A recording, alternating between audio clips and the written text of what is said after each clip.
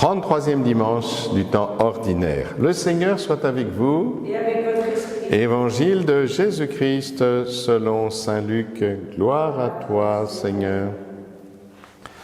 En ce temps-là, comme certains disciples de Jésus parlaient du temple, des belles pierres et des ex-voto qui le décoraient, Jésus leur déclara : « Ce que vous contemplez, des jours viendront où il n'en restera pas pierre sur pierre, tout sera détruit. » Ils lui demandèrent : « Maître, quand cela arrivera-t-il ?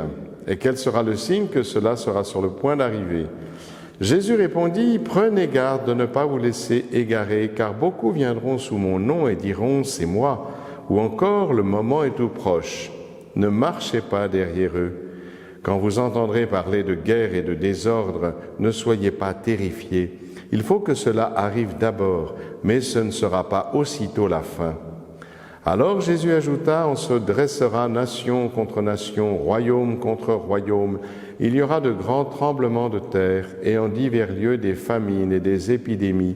Des phénomènes effrayants surviendront et de grands signes venus du ciel. Mais avant tout cela, on portera la main sur vous et l'on vous persécutera. On vous livrera aux synagogues et aux prisons. On vous fera comparaître devant des rois et des gouverneurs à cause de mon nom. Cela vous amènera à rendre témoignage. Mettez-vous donc dans l'esprit que vous n'avez pas à vous préoccuper de votre défense. C'est moi qui vous donnerai un langage et une sagesse à laquelle tous vos adversaires ne pourront ni résister ni s'opposer. Vous serez livrés même par vos parents, vos frères, votre famille et vos amis, et ils feront mettre à mort certains d'entre vous. Vous serez détestés de tous à cause de mon nom, mais pas un cheveu de votre tête ne sera perdu. C'est par votre persévérance que vous garderez votre vie. » Acclamons la parole de Dieu. Louange à toi, Seigneur Jésus.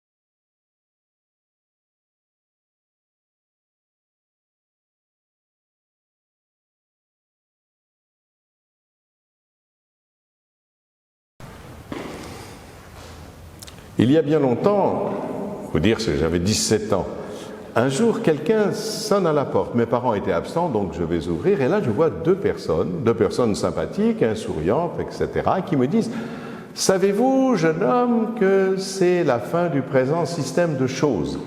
Ah, j'ai compris qu'il me signifiait que c'était la fin du monde.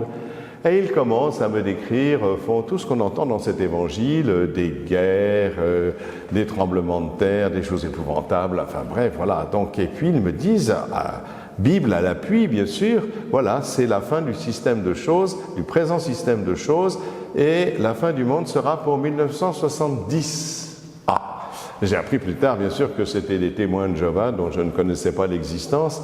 Ces témoins, donc, qui viennent vous annoncer la fin du monde pour que vous alliez vous tourner vers eux. Bien, en 70, il ne s'est rien passé, comme vous le savez, mais je vois qu'aujourd'hui, sur nos réseaux sociaux, il y a plein de gens comme ça aussi qui vous disent « Regardez, c'est la fin du monde », ils vous donnent plein de signes, effectivement, comme Jésus l'a fait. les tremblements de terre, le réchauffement climatique, et les gens font une petite fortune là-dessus parce qu'ils vous disent mais rejoignez-nous, etc.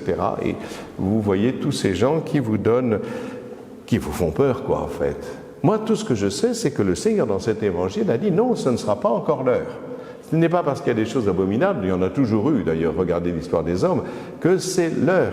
D'ailleurs, il l'a précisé ailleurs, nul ne connaît ni le jour ni l'heure. Donc, ce n'est pas la peine d'effrayer les gens, de répandre la terreur, parce qu'on se demande à qui ça profite. Non, la question, c'est que ces choses-là, qui sont des choses tristes et effectivement qui nous inquiètent, qui peuvent nous inquiéter. La question, c'est comment nous faisons pour que ce monde change et que nous établissions, nous chrétiens, la civilisation de l'amour dont parlait Jean-Paul II. C'est cela qui est important.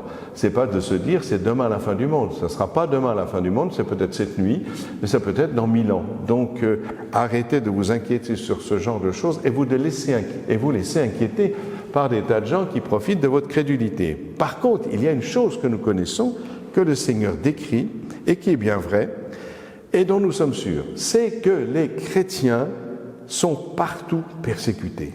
Eh oui, massacre, mise à l'écart, ostracisme, trahison, rancœur.